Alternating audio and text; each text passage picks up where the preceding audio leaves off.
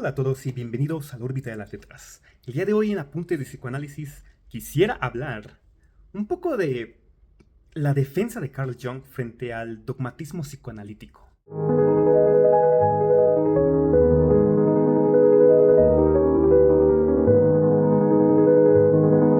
Quisiera que esta defensa hacia Jung, a quien considero un gran autor, pues también tenga la posibilidad de reconciliar el psicoanálisis con la psicología analítica. Entonces intentaré también situar la figura de Carl Jung dentro de este como entramado de la teoría del inconsciente que inauguró Freud, por supuesto. Y mi propósito obviamente no va a ser solo defender a Jung de los dogmatismos que con frecuencia se proyectan sobre él desde ciertos sectores del psicoanálisis freudianos, o sea, sino también mostrar cómo su pensamiento, lejos de ser un rechazo, puede ofrecer pues también una especie de perspectiva ampliada que enriquece y complejiza la comprensión del alma humana. Entonces, pues también no pretendo zanjar disputas ni declarar vencedores, sino pretendo más bien mostrar que la historia del pensamiento psicológico se fortalece cuando las divergencias no se viven como pues traiciones, sino como ampliaciones del campo de la investigación. Entonces, para situar adecuadamente el surgimiento de la psicología analítica, pues es importante, considero, recordar el contexto histórico en el que Freud y Jung pues terminaron colaborando inicialmente. En los primeros años del siglo XX, o sea, hablando del siglo pasado, el psicoanálisis era un cuerpo teórico emergente que luchaba por legitimizarse dentro del ámbito médico y académico. Es decir, que la psicología pues, era realmente pues una ciencia, una teoría que apenas iba emergiendo. Freud estaba profundamente convencido de la importancia de su descubrimiento, pero enfrentaba resistencias por todas partes. En este escenario, Jung apareció como un heredero, pues por así decirlo prometedor, ya que su formación médica, su claridad clínica y su capacidad intelectual hacían de él pues lo que pareciera un aliado ideal. No obstante, más allá de esa alianza inicial, había en Jung una inquietud que lo llevaría más lejos que el psicoanálisis freudiano. Y es que había en él, pues también una apertura hacia lo simbólico, lo espiritual, una especie de sensibilidad hacia los fenómenos religiosos, una preocupación por la mitología comparada y una intuición de que la psique humana contenía una profundidad que no podía reducirse únicamente a lo sexual reprimido. Y esa apertura, que algunos interpretaron como, pues, una derivación mística, era para Jung también un intento radical por entender la psique, no solo como la historia pues, de un individuo, sino como la expresión viva de una cultura entera y de sus grandes estructuras. Y esas estructuras simbólicas que luego llevarían a los arquetipos. Pero, cuando se habla de dogmatismo psicoanalítico, pues solemos decir o aludir a la tendencia de ciertas escuelas a considerar la teoría freudiana como una especie de escuela cerrada, y este cierre no siempre corresponde a Freud, quien también en sus momentos fue heterodoxo, más heterodoxo de lo que podría creerse, de hecho, y corresponde más bien a algunos círculos que transformaron la teoría en doctrina. Y en ese contexto, Jung se convierte en una figura, pues, problemática, por así decirlo, pues cuestiona los fundamentos mismos del psicoanálisis ortodoxo al proponer que la libido no es solamente una energía sexual, sino también energía psíquica indiferenciada que puede orientar hacia múltiples fines. Para Freud esto era un gesto que arriesgaba, pues, diluir la especificidad del concepto de libido. Pero para Jung era pues también una ampliación necesaria si se quería dar cuenta de pues, fenómenos como la creatividad artística, el anhelo religioso o los movimientos energéticos que te van atravesando los sueños y las visiones humanas.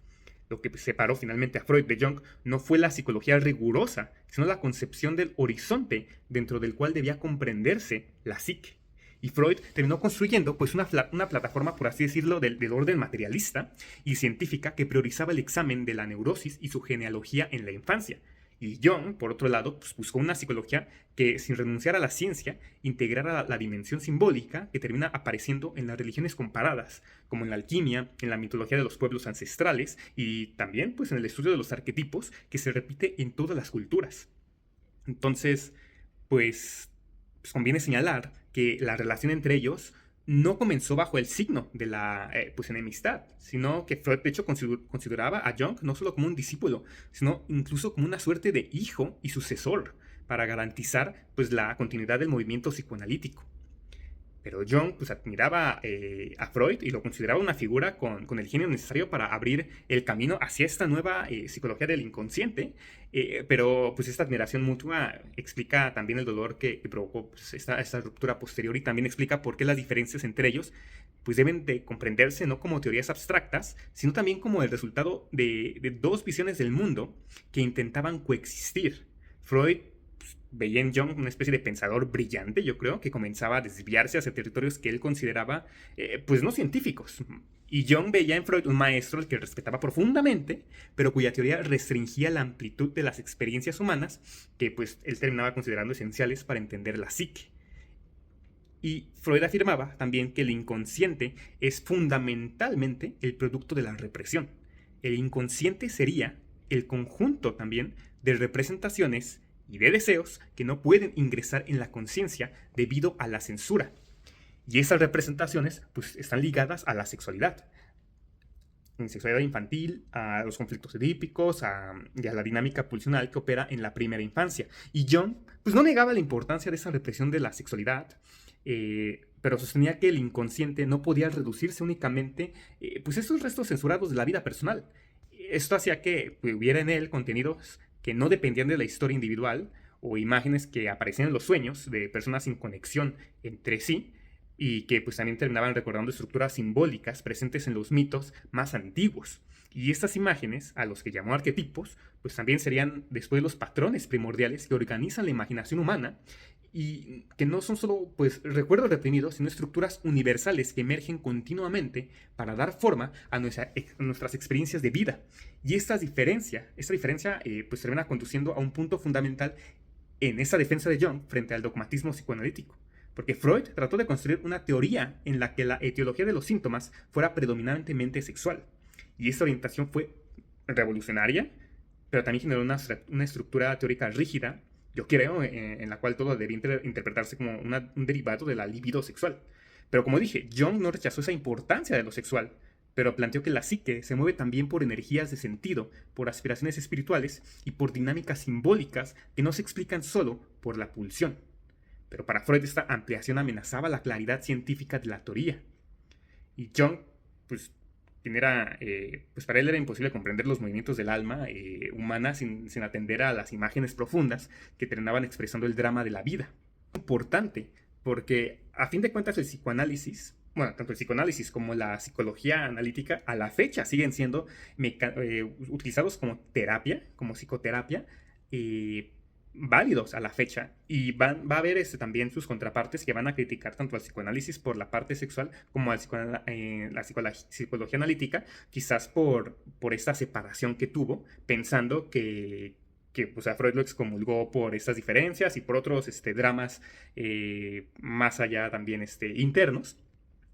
Pero a fin de cuentas, al final, la teoría sexual pues, también termina interpretándose de forma errónea, pensando que todo es sexualidad en cuanto a genitalidad, cuando realmente se refiere a sexualidad como impulsos que se van sobreestimulando en diferentes partes corporales, que se van experimentando a lo largo de las diferentes experiencias de la vida. O sea, la sexualidad, un ojo hipersexualizado, no solo al ver quizás a un cuerpo hermoso, sino también al ver algún deporte, al ver alguna obra de arte, o el oído también hipersexualizado por escuchar, por el chisme quizás, la boca hipersexualizada bastante común o bastante pues conectada con la succión del pecho en los bebés, y que esto va a ir llevando a fumar, a tener siempre algo en la boca, a morder las plumas, etc. Pero es una sexualidad que expresa más bien esos impulsos, esas pulsiones, diría Freud, del cuerpo como tal. No es una sexualidad genital que es como todo, más bien todos quieren reducirlo, y a veces creo que también creen que Jung pues, también quiso reducirlo de esa forma, pero no es así, sino que sí hubo bastante trabajo colectivo. O sea, sí fueron bastante años, no recuerdo si fueron unos 8 o 10 años en los que trabajaron juntos y hicieron publicaciones juntos, y de ahí, como dije, o sea, hubo un dolor al momento de separarse, pero también hubo un gran ataque por parte de Freud. O sea, sabemos que Freud le gustaba atacar a todos los que se pusieran en contra de él, y se puede ver claramente en los ensayos que él escribía. Por ejemplo, en Introducción al Narcisismo, hace ataques fuertes contra Jung, al decir que por ejemplo, Jung no pensaba en esa dualidad de pulsiones como Freud sí lo hacía, siempre trabajaba en dualidades, y Jung pues, pensaba como tal vez en unidimensionalidades, y y Freud lo ataca, y ataca a otros autores también este Freud en diferentes artículos. Entonces, claro, es una forma en la que antiguamente se trataba mucho entre grandes académicos. O sea, nos podemos remontar incluso a la Edad Media, cuando tanto teólogos como científicos, o sea, científicos en el ámbito en el que también se dedicaban a entender las artes, la historia, la biología, todo eso, se atacaban entre ellos por defender sus teorías, pero eso también daba un diálogo entre esas diferentes escuelas, algo que yo siento que no deberíamos perder. O sea, a veces pecamos del dogmatismo al encasillar autores, encasillarnos a nosotros a la hora de estudiarlos y decir, no, es que ellos son solamente freudianos, ellos son solo lacanianos, ellos son solo kleinianos. Yo siento que sí debe haber un diálogo en el que podamos integrar las diferentes técnicas que cada uno de estos autores nos fueron dando para ir creando una nueva técnica. Para ir, pues es que esas técnicas deben irse sumando. No solamente, es cierto que al final a tener que, nos vamos a pegar a una técnica. Conforme vamos estudiando, nos vamos a sentir más cómodos con uno u otro autor, pero al final pues no siempre ese autor tuvo todas las respuestas. Tenemos que ir más allá y ver qué otras respuestas, qué otras interpretaciones, qué otras técnicas, como ya dije, pues nos dieron los otros autores e integrarlas en nuestra vida, en el consultorio, para poder también apoyar a estas personas, a nuestros pacientes o analizantes. Entonces creo que es muy importante, y siento que también la teoría junguiana de la psicología analítica nos puede ser muy útil por los simbolismos, ya que el psicoanálisis también, como sabemos, trabaja con simbolismos, con el mundo onírico, con lo inconsciente, y que pueden ir muy apegados. Entonces también se debería y pues tener en cuenta que sí debe haber una conexión, sí debe haber algo dentro de tanto el psicoanálisis como psicología analítica que podamos conectar realmente. O sea, no tenemos que pensar en diferencias, sino pensar en integraciones. Hay que pasar a la posición esquizoparanoide, a la posición depresiva, de la separación, de la escisión, a la integración. Además, tenemos que señalar que Jung se atrevió a decir algo que resultó pues escandaloso, por así decirlo, para el psicoanálisis de su tiempo, ya que dijo que la psique no busca únicamente la descarga de pulsiones, de tensiones, de energía, sino que busca un proceso de realización. Busca algo que él llamó el sí mismo, que no debe confundirse con el yo, ya que el yo es una identidad consciente, es frágil, es limitada y está expuesta a todas las tensiones del mundo. Está al servicio de todo, ¿no? Del ello, del yo, del superyo, de la realidad. Pero el sí mismo es la totalidad psíquica que incluye tanto la conciencia como la sombra, tanto la historia personal como las estructuras arquetípicas universales. Es el proceso mediante el cual pues, un individuo se orienta hacia esa totalidad que se denomina individuación. Y ese proceso no es simplemente terapéutico en el sentido clínico, es un proceso existencial, un movimiento hacia la integración de los opuestos internos y hacia las expresiones de una vida más profunda. Y se puede decir que Freud quizás nunca aceptó la idea de este principio en la psique, porque para él las metas no existen, existen las pulsiones, las consecuencias de esa represión. Pero Jung afirmaba que la psique, además de su historia, pues también tiene una dirección. No solo viene de algo, sino que va hacia algo. Y por eso es que es importante recalcar que la defensa de Jung no implica tampoco minimizar las contribuciones de Freud. El psicoanálisis inauguró una investigación, como ya dije, muy importante, que a la fecha sigue siendo utilizada. El inconsciente es sin precedente y hasta hoy sigue siendo muy poderosa, ya que nos ayuda a descifrar formaciones de síntomas. Su descubrimiento de la transferencia, su análisis de la sexualidad infantil, la conceptualización también de la represión y su insistencia en que los síntomas tienen un sentido, pues fueron grandes aportes al estudio de la mente. Y Jung jamás negó esa grandeza tampoco. En su autobiografía, de hecho, se refiere a Freud con respeto, aunque con evidente se siente tensión por lo que significan estas dos personas. Sin embargo, lo que Jung critica es que Freud quería limitar el campo del inconsciente a lo que él consideraba demostrable o clínicamente operativo dentro del marco de las neurosis.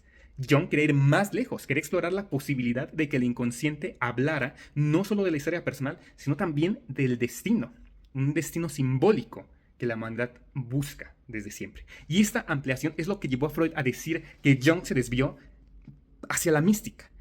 Pero aquí conviene hacer una precisión importante. Jung no era un místico en el sentido como teológico. Su interés por la mitología y la religión no era el de un creyente, sino el de un psicólogo que buscaba comprender por qué todas las culturas elaboran símbolos semejantes. Lo religioso para Jung no es un sistema de fe, sino un fenómeno psicológico que merece también ser estudiado. ¿Por qué? Porque esos fenómenos terminan expresando una dimensión profunda de la psique humana. Y en su obra sobre la alquimia, no vemos a un Jung esotérico, sino a un Jung que entiende que los alquimistas proyectaron en sus operaciones químicas los procesos psicológicos inconscientes que pues, se vivían internamente. O sea, volvemos a la parte interna. El símbolo alquímico sería así una representación externa de un proceso interno. La alquimia sería la psicología proyectada de la Edad Media. Y a partir de aquí es posible comprender que la defensa de Jung no se basa en afirmar que Freud se equivocó, sino en afirmar que Freud no llegó tan lejos como podría haberse llegado. Porque Freud abrió un camino, pero Jung lo amplió introduciendo pues, dimensiones que fueron consideradas excesivas, pero que a la fecha han demostrado ser pues, esenciales para entender esos procesos de simbolización. La figura del arquetipo es un ejemplo bastante claro que se utiliza en todos lados, en el cine incluso. Freud habló del complejo de Edipo como una estructura universal, o sea, se habló de arquetipos. Y Jung dijo que el Edipo es solo una manifestación de un arquetipo más amplio, el arquetipo del héroe en conflicto con la figura paterna o con la autoridad divina. Freud habló del superyo también como la interiorización de la autoridad. Y Jung, por otro lado, habló del padre arquetípico, presente también en numerosas mitologías. La diferencia entonces no podemos catalogarla como de grado, sino de un horizonte. Freud analiza de esta forma el psiquismo dentro del marco de la biografía personal. Jung lo analiza dentro del marco de la historia universal, simbólicamente hablando. Es una cuestión fundamental, pues, es la relación entre mito y psique, ya que Freud veía en los mitos una proyección disfrazada de deseos reprimidos, y Jung veía en ellos una expresión de estructuras universales del inconsciente. No son disfraces, son manifestaciones.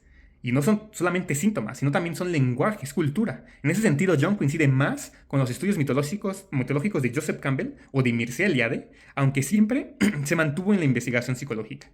Para Jung, los mitos no deben reducirse a deseos disfrazados porque contienen una sabiduría ancestral que orienta el proceso de individuación. Y esto es muy importante porque me gusta hacer hincapié en que los mitos no quiere decir que sean falsos. Los mitos implican algo que va más allá de la realidad. Es algo que es, simplemente. No nos dice si es falso o es verdad, sino que es algo que es. Todos nos hacemos mitos. Yo me hago mitos de cómo fue mi infancia.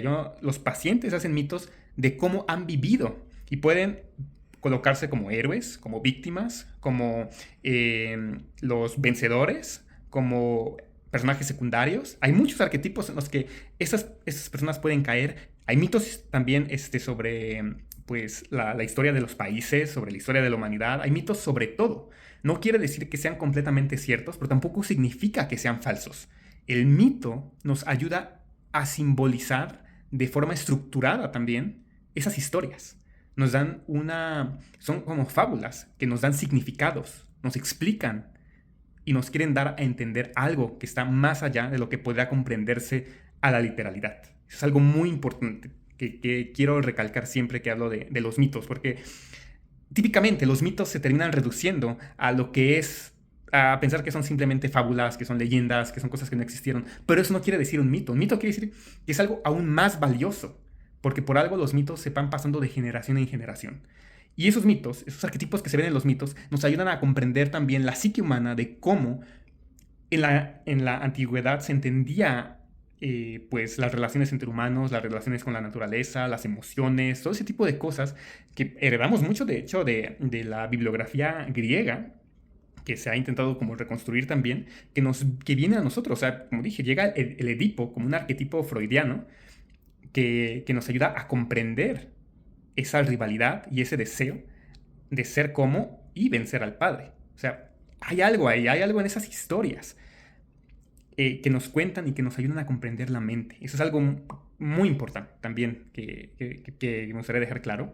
Entonces, pues Jung sí nos habla de esas simbolizaciones, nos habla de algunos rituales, nos habla de la cultura, de cómo se van desarrollando, de esa mística, de esa espiritualidad, pero también lo hace de forma sistemática. O sea, no solamente empieza a hablar de espiritualidad así, por lo que yo creo, no, sino que sí lleva un sistema, sí analiza y también, o sea, él fue psiquiatra también, fue médico, entonces pues tiene formas de llevar eso a esa parte clínica, esa parte diagnóstica, esa parte científica, pues también la sistematiza. Y es algo que siento que también se le debe de pues, reconocer actualmente. Entonces, todas esas historias, los mitos, pues terminan siendo representaciones simbólicas de los conflictos internos, pero también que hay soluciones posibles. Los mitos nos ayudan a expresar dramatizaciones que la psique necesita para comprenderse, y esta visión de una riqueza inmensa permite además pues conectar la psicología con la cultura, la religión y la antropología, algo que pues, también Freud nunca buscó de manera sistemática. Pero en la clínica, la diferencia entre ambos pues también termina haciéndose más evidente, ya que Freud centra su práctica en la asociación libre, en la interpretación de la transferencia, en la reconstrucción de la historia y pues también en la elucidación también de los deseos inconscientes. Y Jung utiliza también la asociación y la interpretación, pero concede un lugar bastante esencial a la imaginación activa, a la exploración de las imágenes simbólicas y también a la relación entre el paciente y sus sueños, no solo como restos diurnos o como algo que el inconsciente quiere reprimir, que el consciente quiere reprimir el inconsciente, sino como mensajes que provienen del inconsciente colectivo, donde Freud ve principalmente un conflicto pues, intrapsíquico, cargado de energía pues, reprimida. Jung ve también una imagen que busca ser integrada en la totalidad psíquica.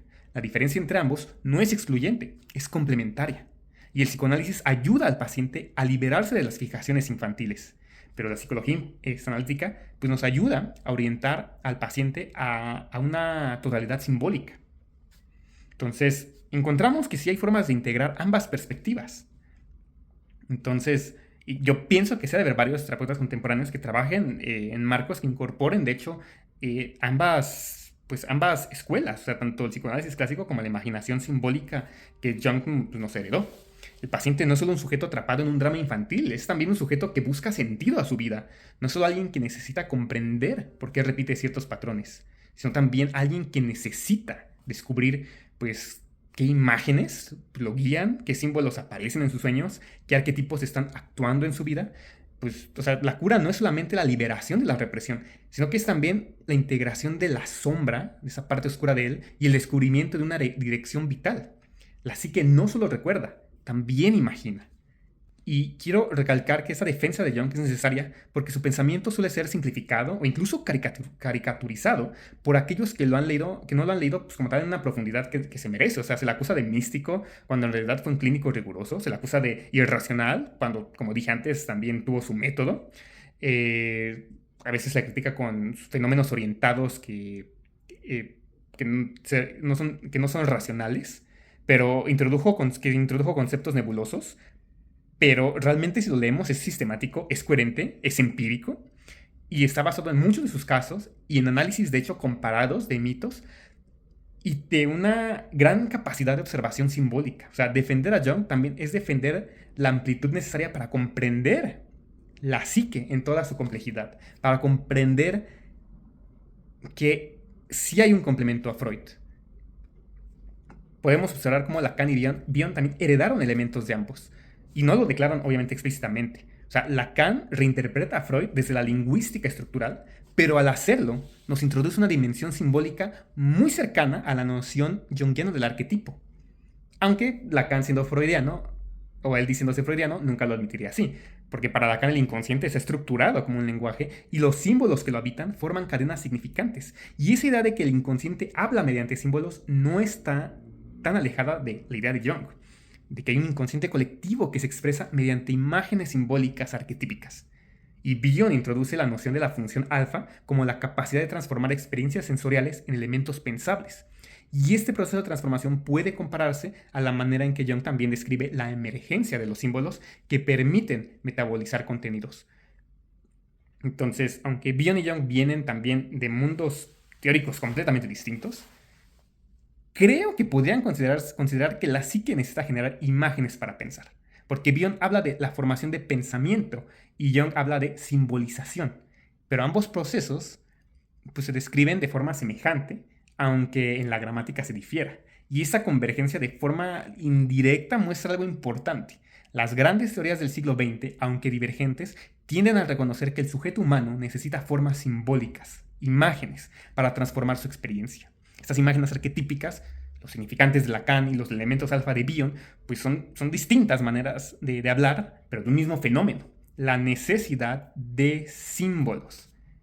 Símbolos o imágenes que conviertan el caos interno en algo pensable.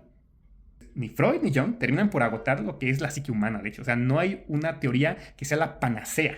tampoco. O sea, juntos van a mostrar una visión pues sesgada también, pero también pues, van a contribuir a entender la mente. Y se tiene que ver también porque por algún lado Freud no pensaba que hubiera un psicoanálisis como tal de niños, tenía sus reglas, en sus técnicas psicoanalíticas de que personas de cierta edad, que tuvieran ciertas capacidades intelectuales, que solamente pacientes neuróticos, etcétera.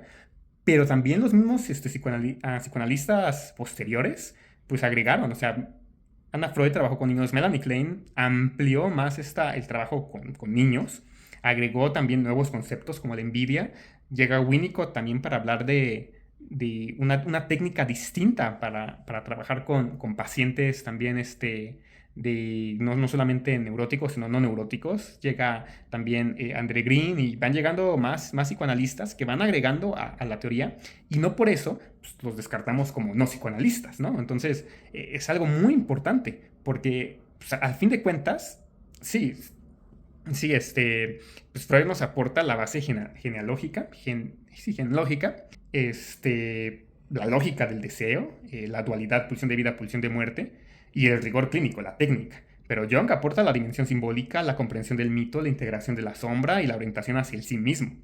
Pues Freud permite entender de dónde venimos y Jung permite vislumbrar hacia dónde queremos ir, hacia dónde podemos ir. Entonces, es un descender y un ascender, un ir y un regresar. O sea, es ir y venir. La defensa de Jung no pretende tampoco establecer una jerarquía. O sea, es liberar el psicoanálisis de los estrechos marcos que algunos sectores pues, también han querido imponer. O sea, la psicología es demasiado compleja, o sea, la mente es demasiado profunda, compleja, como para encerrarse en dogmas. Si Freud fue un fundador, Jung fue un explorador del territorio en el que estuvo estudiando. Y ambos deberían leerse juntos, yo pienso. Porque cuando esto se hace, pues puede aparecer una comprensión más profunda de lo que es la mente. De integrar esto, lo personal con lo arquetípico, lo clínico con lo simbólico, lo patológico con lo creativo. Entonces, es parte de la vida. O sea, la mente es tan compleja, como dije, que no podemos encerrarla en autores. No podemos cerrarnos. Es cierto que hay partes de la técnica que sí tenemos que seguir, hay encuadres que tenemos que seguir, pero hay teorías que son solo teorías. Y cada paciente pues nos debe retar a que tenemos que usar diferentes teorías y olvidarnos de las teorías una vez que estamos en el consultorio. En el consultorio es escuchar al paciente únicamente, es escucharlo, esperar la asociación libre, esperar esa intuición para poder interpretar. Pero no nos vamos a basar en teorías cuando estemos en el consultorio, sino que tenemos que escuchar al paciente. El paciente es otra persona. Una vez que sale ya podemos analizar, podemos pensar y ya podemos empezar a integrar todo. Entonces, es algo muy importante por lo que me gustaría, o por lo que quiero pues, defender a Carl Jung, que considero un autor importante en el estudio de la psique, en el estudio de las religiones, en el estudio de los mitos, que no solo nos permite entender la mente como tal, sino que nos permite hacer esa psicología aplicada también al arte, a los textos, a la literatura, etcétera, o sea, a la vida misma, a la humanidad misma. Es cierto que no podemos hacer una especie de análisis como tal, psicoanalítico, por así decirlo, o psicológico, a los países, a eventos especiales, porque son un conjunto. Pero nos permiten hacer una especie de aproximación, imaginando que quizás son, pues, personas que están formadas por un conjunto, por un grupo.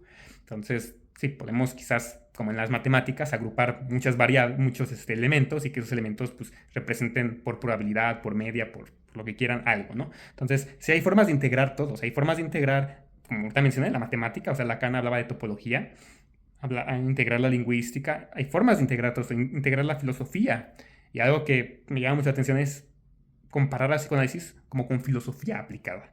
Entonces, hacer una filosofía, hay muchas escuelas filosóficas, pero no por eso nos tenemos que casar con una, sino que tenemos que aprender de todas, ver qué podemos aprender de qué fue lo que ellos analizaron, cómo intervinieron a sus pacientes, cómo hicieron intervenciones en el diván y cómo todo eso pues, nos va dando una mejor comprensión de cómo la mente funciona. Eso fue mi defensa de Jung frente a los dogmatismos psicoanalíticos, algo que ya quería decir desde la semana pasada. Pero bueno, hoy hablé de esto. En los comentarios pongan cuáles son sus posturas, qué piensan, y nos vemos en la siguiente recomendación de libros, apuntes de psicoanálisis o lo que venga primero. Hasta la próxima.